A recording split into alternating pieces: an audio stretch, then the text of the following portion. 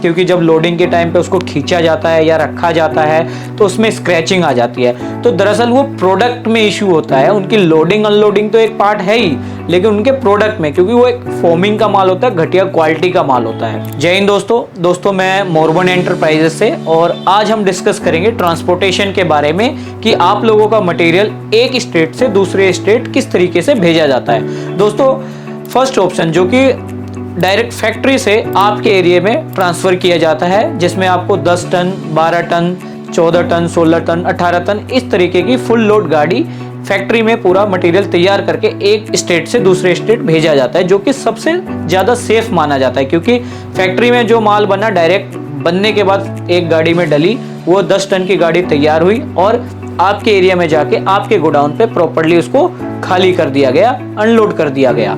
तो इसमें कोई प्रॉब्लम नहीं आती है, माल में कोई डैमेज नहीं आता, कोई स्क्रैचेस नहीं आते, कोई इशू नहीं आता है। बट इसमें ऑप्शन यही होता है कि आपको फुल लोड गाड़ी का ही ऑर्डर देना पड़ेगा। सेकंड ऑप्शन पार्ट लोड होता है। पार्ट लोड में जैसे कि सपोज दैट आपका एरिया केरला है, आपका माल जाना है एर्नाकुलम, त्रिशूर, इस जगहों पे माल जाना है। तो इस तरीके में क्या किया जाता है, किसी अदर पार्टी का या किसी भी पार्टी से कॉम्बिनेशन बना के माल को एक लोरी तैयार करके आपके एरिया में भेज के दोनों पार्टियों पे माल भेजा जाता है। जैसे एक माल WPC का तैयार हुआ, एक कोई भी माल हुआ, या आपके एरिया में से भी कोई भी एक WPC की पार्टी होगी जो कि दरवाजे चौखट लेती है। तो सपोज दैट 10 टन की गाड़ी जा रही है, तो 10 टन में 5 टन या जितना भी टन होगा, एक पार्टी का माल तैयार होगा, दूसरी पार्टी का भी तैयार होगा, और एक कॉम्बिनेशन बना के पूरा माल तैयार करके एक लॉरी में डाल के आपके एरिया में पहले एक पार्टी के पास माल ड्रॉप करेगी, फिर दूसरे पार्टी के पास ड्रॉप करेगी। ये हो गया सेकंड ऑप्शन। इसमें भी आप लोगों का माल काफ़ी सेफ चला जाता है, इसमें भी कोई इशू नहीं आते डेंट के या फिर स्क्रैचिंग के या फिर ब्रेकिंग के या फिर अदर इशू। थर्ड ऑप्शन जो कि बहुत ही बेकार ऑप्शन होता है, बट अगर आपका प्रोडक्ट अच्छा है, प्रोडक्ट में दम है, तो कोई इशू नहीं आता है। जैसे कि थर्ड ऑप्शन में ये होता है, फैक्ट्री में माल तैयार किया जाता है। माल तैयार करने के बाद आपके माल एक स्मॉल लॉरी में डाल के एक ट्रांसपोर्टेशन में जाता है। जैसे कोई भी ट्रांसपोर्टेशन हो सकती है, VRL या फिर SRB, कोई भी एक थर्ड पार्टी ऑप्शन होती है जिसके थ्रू वो माल आप लोगों के एरिया में जाता है। तो उसमें क्या होता है, उसमें वो ट्रांसपोर्टेशन वाले कई अदर पार्टीज के माल को एक जगह इकट्ठा करके एक प्रॉपरली एक लॉरी तैयार की जाती है, जिसमें फैब्रिक, आयरन, वुड, WPC के डोर, चौखट या फिर कोई भी ऐसा मटेरियल हो सकता है जो कि एक स्टेट से दूसरे स्टेट जा रहे हैं। तो इस तरीके से सभी पार्टियों का माल इकट्ठा करके उस लॉरी में डाल के आपके एरिया के ब्रांच में भेजा जाता है। फिर वहां से वो माल अदर पार्टीज को डिस्ट्रीब्यूट किया जाता है। तो इसमें प्रॉब्लम ये होती है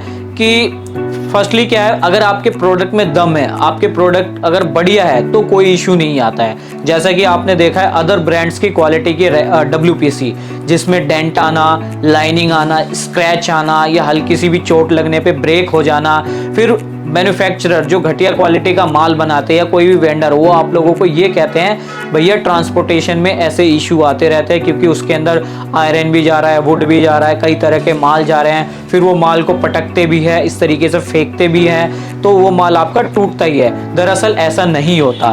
देखो, कोई भी ट्रांसपोर्ट वाला है, मैं मानता हूँ उनकी लोडिंग अनलोडिंग प्रॉपर्ली ठीक तरीके से नहीं होती है, बट यहाँ पे आपके प्रोडक्ट में अगर दम है, आपकी क्वालिटी अच्छी है, तो प्रोडक्ट कहीं नहीं जाता है, कोई इशू नहीं आता है। क्योंकि हर ट्रांसपोर्ट वाले को अपना धंधा चलाना है। अगर आपको बेकार सर्विस देंगे तो दोबारा आप लोग उसके पास माल नहीं भेजोगे।